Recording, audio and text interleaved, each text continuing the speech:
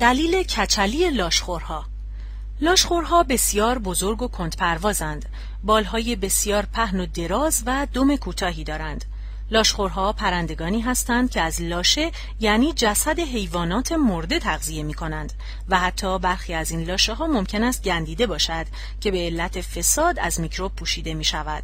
اما بیمویی سر لاشخور باعث می شود که کله این حیوان در معرض تابش مستقیم آفتاب قرار گیرد و در نتیجه میکروب های روی سرش از بین بروند.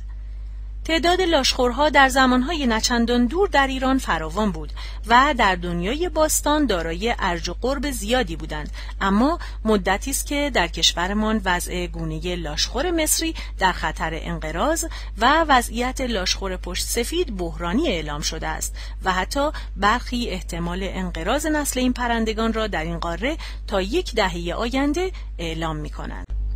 لیلا شادمانی، تاک پرشی.